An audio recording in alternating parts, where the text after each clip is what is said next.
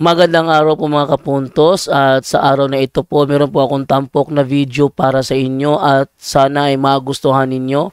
Kaya sa mga bago pa po sa aming channel, please po don't forget to hit the subscribe button at ang notification bell para maging notified kayo sa bawat video na ilalabas ko sa channel na ito. At bilang kahilingan po ng punto por punto team at naway maintindihan po ninyo, sana po wag nyo pong i-skip yung mga ads sa aming mga video.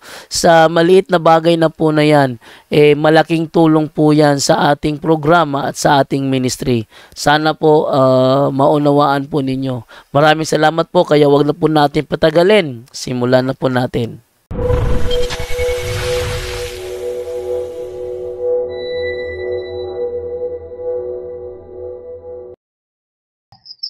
Okay, ready na Brad? Okay, get ready na te. Sige, magandang gabi sa lahat, no? Ako po ay si Estrella Rosta, taga Ormoc City po ako. Yung testimony ko po, tungkol sa tatay ko. Ang tatay ko, wala na siya, patay na siya ngayon. Pero yung mga ginagawa namin noon, ng bata pa ako, ay di ko nakalimutan. Kaya, naguguluhan ang isipan ko. Ang tatay ko, isang manggagamot siya. Mayroon siyang mga abyan, gabay. Oo. Isang gabi, yung inatake siya, nagtataka kasi ako dahil ang tatay ko ay parang patay.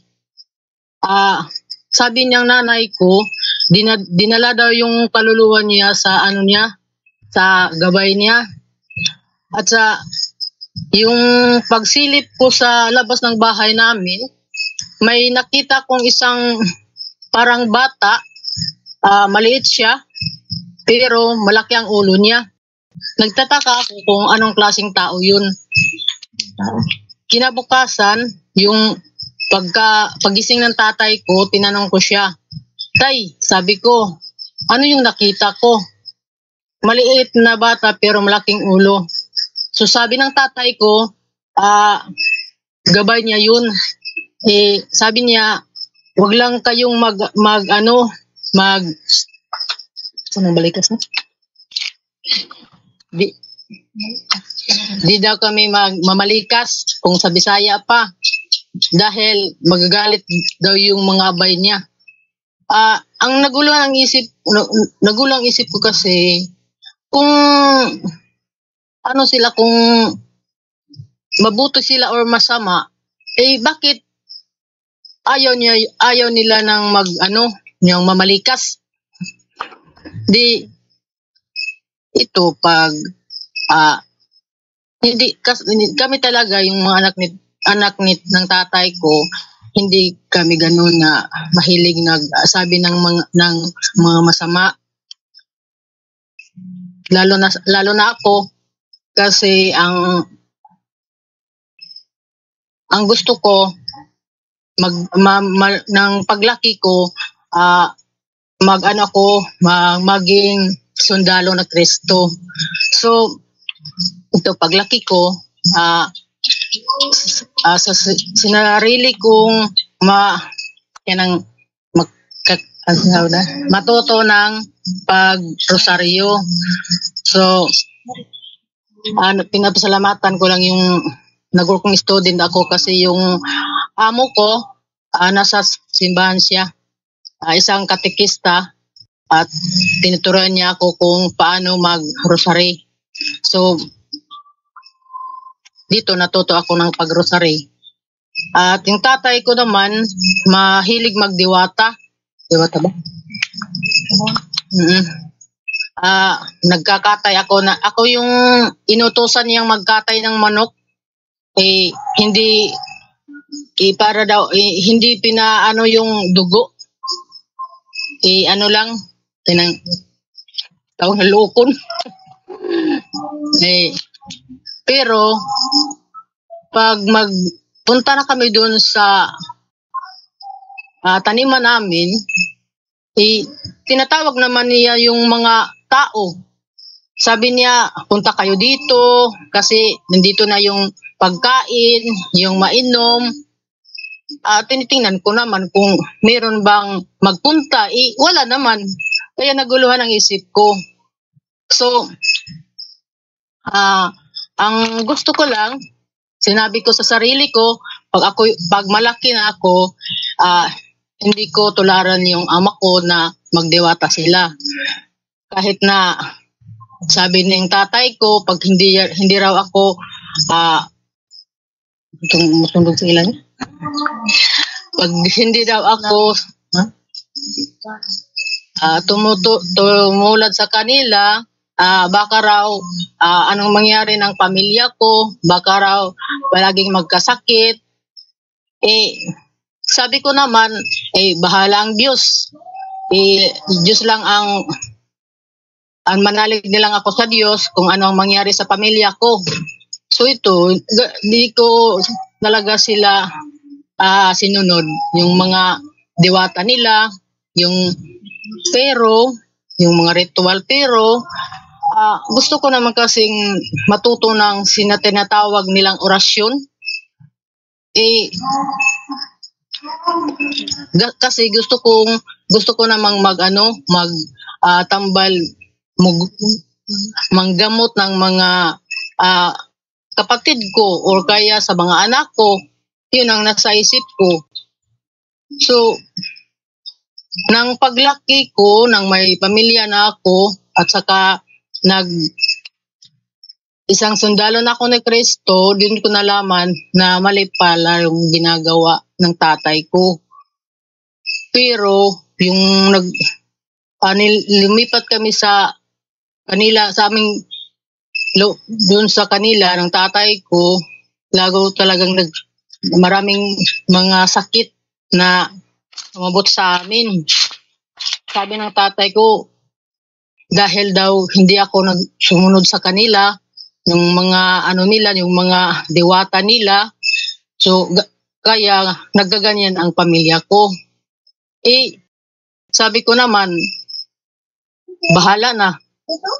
Di ang ginagawa ko, palagi lang ako mag-rosary. Pero minsan ginagamot ko yung asawa ko, yung mga anak ko kung sila ay nagkakasakit. Ang ginagamit ko naman minsan yung orasyon. Pero minsan naman nagdarasal lang ako. Yung inano ko, pandong yung kamay ko sa ulo nila at gumagaling naman sila. Ito na aking nasa isipan ko ngayon, anong klase kaya yung mga abay ng tatay ko? Kung mga ba sila, mga masasama ba sila? Ba't sila nang gagamot? Yung ginagamit ng tatay ko, manggamot siya ng mga tao, tinatawag niya yung abay niya. Meron kasing isang bata na wala nang hinga. Pag ng tatay ko, nabuhay siya ulit. Pero ang naguguluhan ang isip ko kasi yung nasa bata, ba yun, masamang espiritu na ba kayang na pumapasok ng katawan ng bata or bumabalik yung espiritu niya. Naguguluhan din ako. Pero natutuwa naman yung mga magulang nila kasi nabuhay ang anak nila. At saka yung tatay ko, sabi ng nanay ko, lumalakad sa ibaba sa taas ng ibabaw ng lubi, ng niyog. Yung sabi ng nanay ko, parang isang hagdan lang yung inakyat niya. At saka yung lipat-lipat yan ng ibang puno. Ganyan ang tatay ko. Dahil siguro, yung tinatanong ko ng tatay ko, sabi niya, nung pag lumalakad siya sa ibaba, ibabaw, may isang higanting tao na kanang tinapakan niya sa palad daw ng malaking tao na tatapak. Dahil dun, sinabi ko, ba't ganun? Sabi ng tatay ko, pag kaming mga anak niya, pag hindi kami sa susunod sa kanyang mga ritual, ito kami. Ang tanong ko, mayroon bang connection sa mga nangyari sa buhay ko ngayon? Dahil may anak akong hindi nakakalakad, PWD siya, baka connection ba to ng tatay ko? Dahil paano siya namang isang albularyo. Okay, Brother Wendell, pakisagot yung tanong.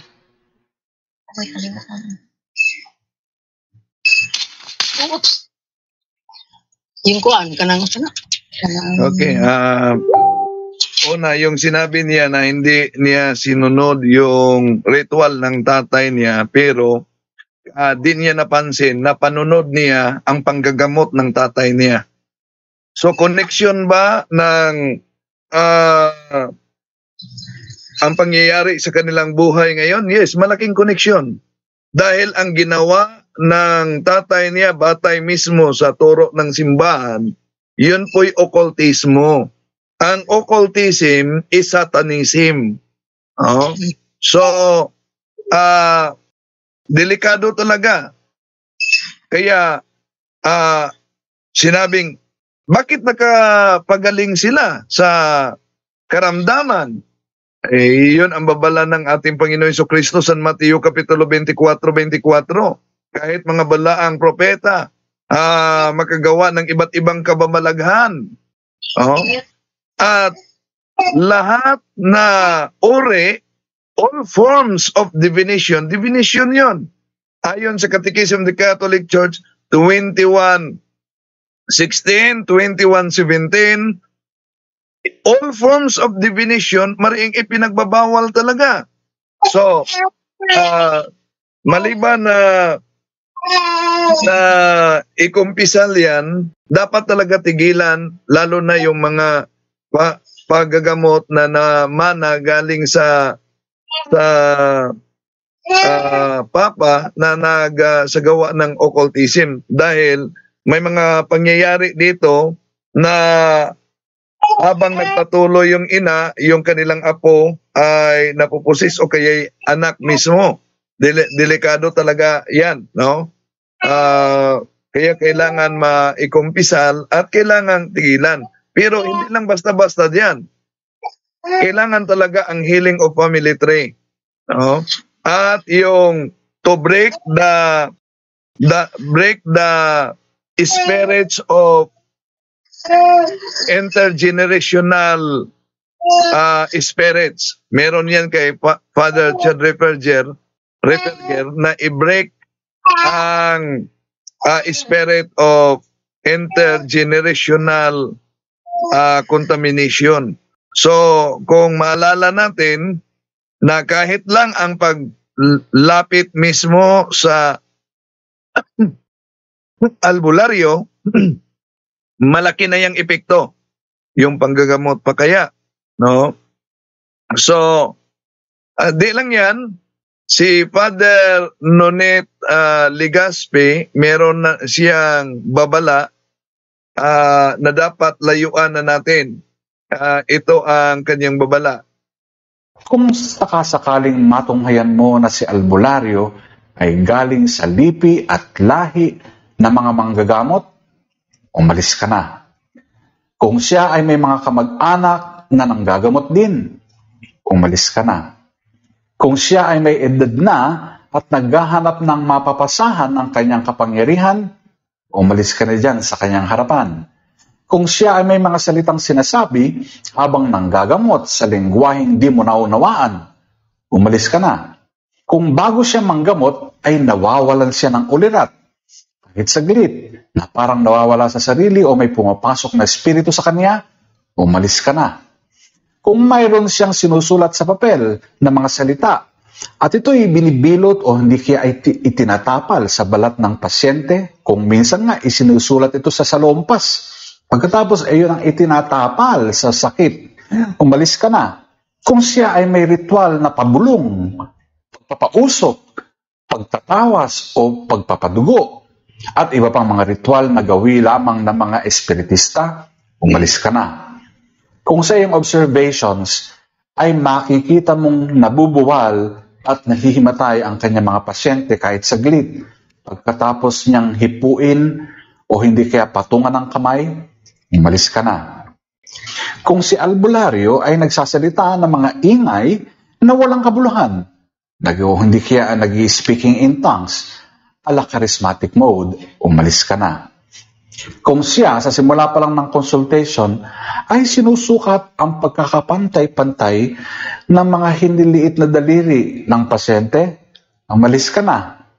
Kung siya ay napansin mong gumagamit ng mga baraha o tarot cards para malaman ang sakit o ang kalalagayan ng pasyente, umalis ka na. Kung ang nabanggit niyang readings sa mga pasyente ay tulad ng sumusunod, "Uy, may nakabati sa iyo. May nagagalit sa iyong kapre. May nagkagusto sa iyong tikbalang. May duwending nais kang dalhin sa kanyang kaharian at gawin kang prinsesa." At alam nyo, iba pang pambihirang readings, umalis ka na. Kung ang bilin ni albularyo sa pasyente ay gawin ang ilang ritual para gumaling, tulad ng magpausok, mag-alay ng atang sa altar, etc., umalis ka na. Kung si albularyo ay may kaalamang tungkol sa nangyari o sa mga mangyayari sa pasyente, mga impormasyong hindi naman galing sa pasyente, pero nababatid niya, umalis ka na. Yan. So, malinaw ang malinaw ang pahayag galing mismo sa eksperto ng simbahan. No? Kaya mag-ingat talaga sa ganyan dahil daming mga nabibiktima. Ang pagkadaya kasi, isa sa mga pandaraya ang taktika ng demonyo. At tandaan natin, pag madaya tayo, lalo na sa mga occult practices, delikado dahil nanganganib. Di lang ang ating kaluluwa, lakip na yung saninlahi natin.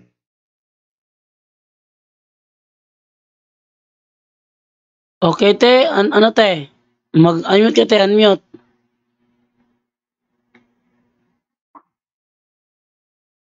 Sige, te.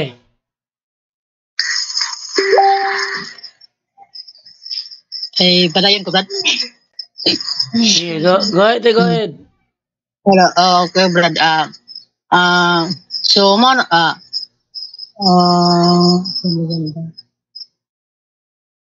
may iba pang pangyayari sa buhay ko kasi may nakita akong malaking tao at saka siguro yung abay ng tatay ko yun. At saka ngayon, manang may pamilya na ako, palagi akong may naririnig na sa labas ng bahay namin, may kumakatok naman, at saka may naglalakad. Yun, may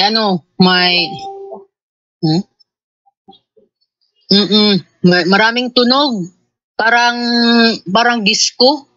At saka yung mayroong drummer sa namin, sa bakura namin. Nalilito kasi ako, ba't ganun? Kahit saan ako nakatira, nandyan sila. Siguro dahil sa ng tatay ko, baka gusto silang sumusunod ako sa kanila. Ang ginagawa ko naman, kahit wala pa akong blessing noon, nag-ano naman ako, naghingi ako ng holy water sa simbahan namin. Nag-ano ako, yung baligid namin, inanon ko ng holy water at nawawala naman sila. At saka, palipat-lipat, kahit saan ako, palipat-lipat na nakatira, sumusunod naman sila. Ngayon, nandito sa ibang ibang barangay, kasi yung namatay yung unang asawa ko, naka-asawa na ako ulit, at ito, nakatira kami sa kanilang lugar. At may malaking puno dito ng mangga, meron akong marinig. Saka sa tingin ko, parang merong tao. At isang araw, umihi ako sa likod namin, parang nangangati yung katawan ko. Sinabi ko naman, baka nandyan yung tawag namin lulu. Kasi nandyan ang lulu, kasi baka hinimas niya ako. Ang ginawa ko naman, kukuha ko ng asin, ko ng mukha ko, pahid sa mukha ko, sa yung part ng katawan ko na kumakati. Hindi nawawala. So, sa isip ko, lumabas ako ng bahay at sinabihan ko. Sabi ko, huwag niyo akong ganyanin, kasi hindi ako nakakita sa inyo. Kayo lang yung nakakita sa amin. Siguro, hanggang ngayon, nandito pa sila. At saka ako naman, minsan naman magrosaryo, minsan hindi. Parang, yung tintal, tintal ni? Yung sa gitintal ko sa mga devil siguro. So, ang ako lang ay, ang sa akin lang na palaging kapit sa Panginoon para lumalakas pang sa pagbuhay ko. At minsan may panaginip kasi ako,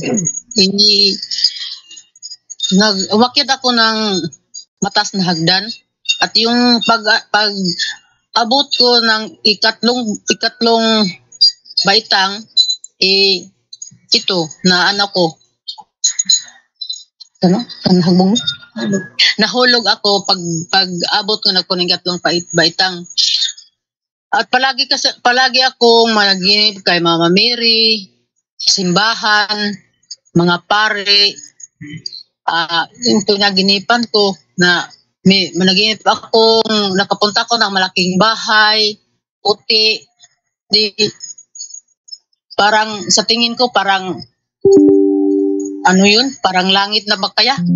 At nanaginip din ako na nandun ako sa itaas, at may malaking nakita ko sa baba, malakas ang hangin, malakas ang ulan, at yung mga taniman, yung mga bahay ay natumba. So, sabi ko sa sarili ko, baka yun kanang news,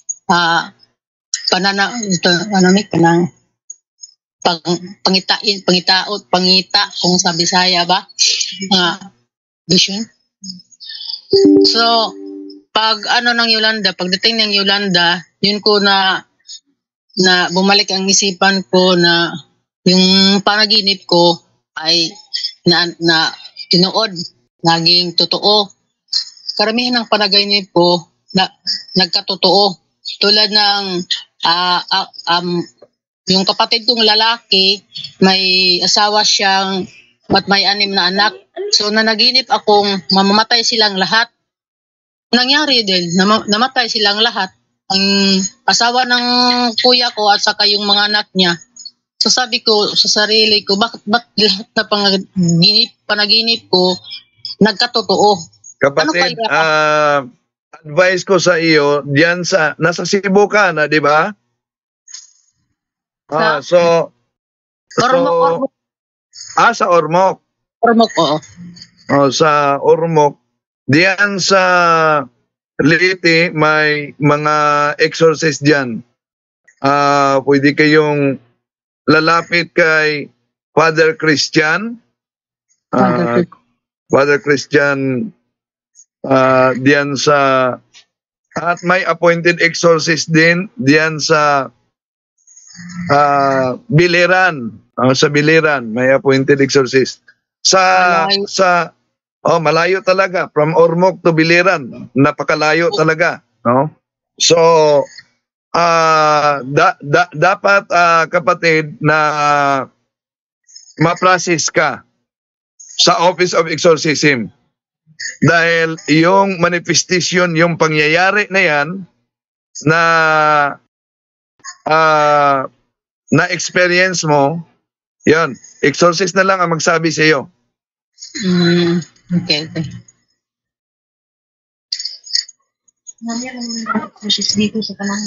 Okay na ba yun, te? Mayroon namang exorcist dito sa Kananga, Brad. Baka pwede. Pero di sila mo dawat, hindi sila dawat, hindi mo parish. Hindi daw sila tatanggap pag hindi galing sa Paris Press. Dapat sila mag-endorse. Kailangan pa daw ng endorsement. Ayan, Brother Wendell. Kailangan pa ito ng endorsement.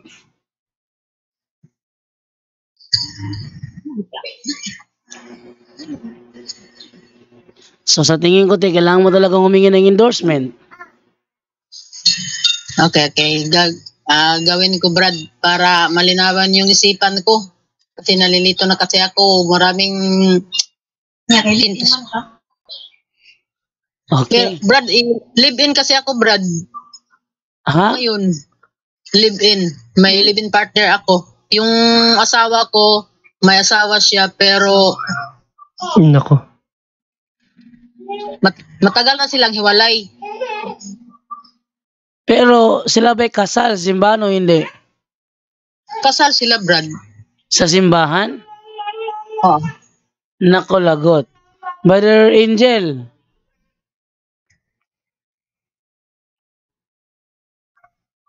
Brother Angel. Naku, napakaraming ano po, no? Mga reasons na pwede nating from occultism, from mga contamination. Isa pa yan, no? Isa pa po yan, no? Sa mga nangyayari sa buhay natin, lalo na yung mga ganyan na grabe na. Actually, pinapakinggan ko kayo, extraordinary na yun, third eye na no? Mayroon na kayong ang dami na malalim na. So kailangan nyo po talaga na exorcist priest, kapatid, at yung isa yun sa baka yun ang isa sa sabihin sa inyo na isang mortal sin po kasi yung live-in, kapatid. So ang ginagawa nyo kayong kasalanan, ang tawag dyan ay fornication, sex outside marriage po, which is a mortal sin din po, no? So adultery din, no? Ang dami po. So ngayon, kailangan marami po tayong aayusin dyan. At ang nangyayari kasi dyan, yun na, pinapasukan na kayo ng kung ano-ano because of yung lifestyle nga, tsaka yung kasalukuyang nangyayari sa buhay nyo, kapatid.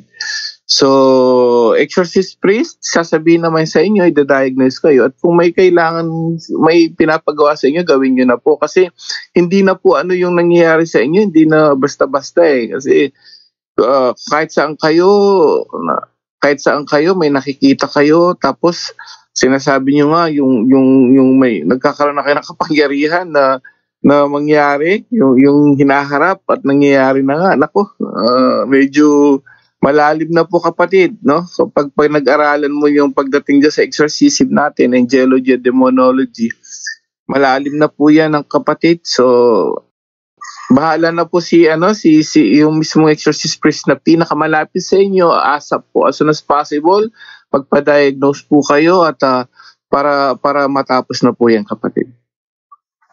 Salamat, Father. Salamat.